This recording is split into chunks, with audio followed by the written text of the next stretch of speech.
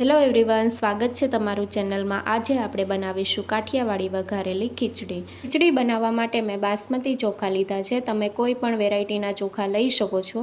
તો મેં પોણો કપ ચોખા લીધા છે અને હવે આપણે મગની પીળી દાળ ઉમેરશું। 1/4 કપ લીધી છે, એટલે કે 4 મોટી ચમચી જેટલી મગની પીળી દાળ ઉમેરી છે અને ફોતરાવાળી દાળ પણ એટલા જ પ્રમાણમાં લીધી છે। તમે કોઈ પણ એક દાળ પણ ઉમેરી શકો છો, તો દાળનું પ્રમાણ વધારી દેવું।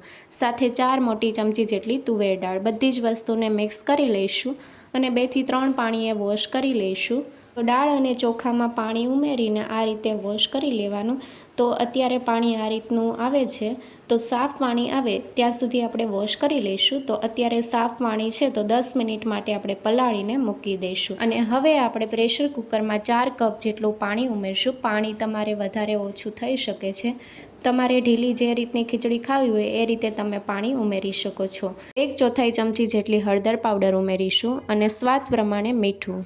ઝીણા કાપેલા બટેકા મેં 1 કપ લીધા છે, તે ઉમેરશું અને અડધો કપ લીલા વટાણા ઉમેરશું। તમે ગાજર અને સિંગદાણા પણ ઉમેરી શકો છો, મેં નથી ઉમેર્યા। અને હવે આપણે દાળ ચોખા ઉમેરશું જે પલાળીને રાખ્યા હતા તે, અને પ્રેશર કુકરનું ઢાંકણ બંધ કરીને 3 થી 4 વિસલ કરી લઈશું। 3 થી 4 વિસલ પછી આપણે કુકરનું ઢાંકણ ખોલીને જોઈએ તો ખીચડી સરસ એવી બફાઈ ગઈ છે। ખીચડીને મેં બહુ વધારે ઢીલી નથી કરી, તમે જે રીતે ખાતા હોય એ રીતે તમે પાણી ઉમેરી શકો છો। અને હવે ખીચડીનો વઘાર કરવા માટે પેનમાં મેં 1.5 ચમચી જેટલું તેલ ઉમેર્યું છે, સાથે અડધી ચમચી રાઈ અને 1 ચમચી આખું જીરું ઉમેર્યું છે અને સૂકું લાલ મરચું, તમાલપત્ર, ચપટી હિંગ ઉમેરીને બધી જ વસ્તુને સાતળી લઈશું। જીરું અને રાઈ કકડી ગયું છે, હવે આપણે ડુંગળી ઉમેરશું। 2 મીડિયમ સાઇઝની ડુંગળીને ઝીણી કાપીને ઉમેરી છે, ડુંગળીને સાતળી લઈશું। ડુંગળી આછા ગુલાબી કલરની થાય ત્યાં સુધી સાતળી લેવાની છે। ડુંગળીનો કલર ચેન્જ થઈ ગયો છે, હવે આપણે 1 ચમચી આદુની પેસ્ટ અને અડધી ચમચી લીલા મરચાંની પેસ્ટ ઉમેરશું। તીખાશ તમે તમારા ટેસ્ટ મુજબ લઈ શકો છો।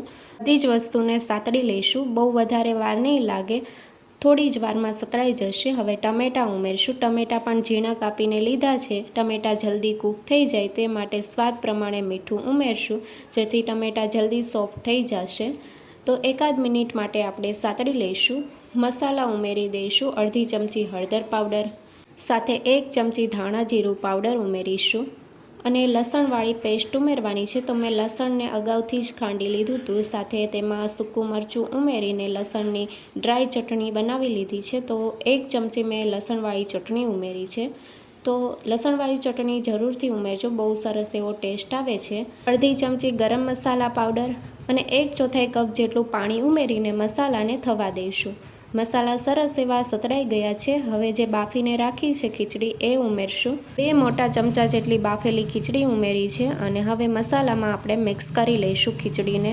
અને ખીચડીને હવે થોડી ઢીલી કરવા માટે મેં અડધો કપ પાણી ઉમેર્યું છે। તમારે વધારે ઢીલી કરવી હોય તો તમે વધારે પાણી પણ ઉમેરી શકો છો। તો આ રીતે પાણી ઉમેરીને મિક્સ કરી લઈશું। ગેસની ફ્લેમ મીડિયમ રાખીને કૂક થવા દઈશું।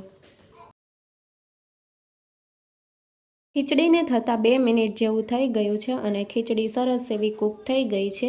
હવે આપણે 1 ચમચી ઘી ઉમેરીશું અને ઉપરથી કોથમીરના પાન ઉમેરીને ગેસની ફ્લેમ બંધ કરી દઈશું। એકદમ ઢાબા સ્ટાઇલ કાઠિયાવાડી ખીચડી તૈયાર છે। સર્વિંગ પ્લેટમાં સર્વ કરીશું। ઉપરથી ઘી, કોથમીરના પાન અને ડુંગળી ઉમેરીને સર્વ કરીશું। નવી રેસીપી જોવા માટે ચેનલને લાઇક, શેર અને સબસ્ક્રાઈબ કરો। Thank you for watching.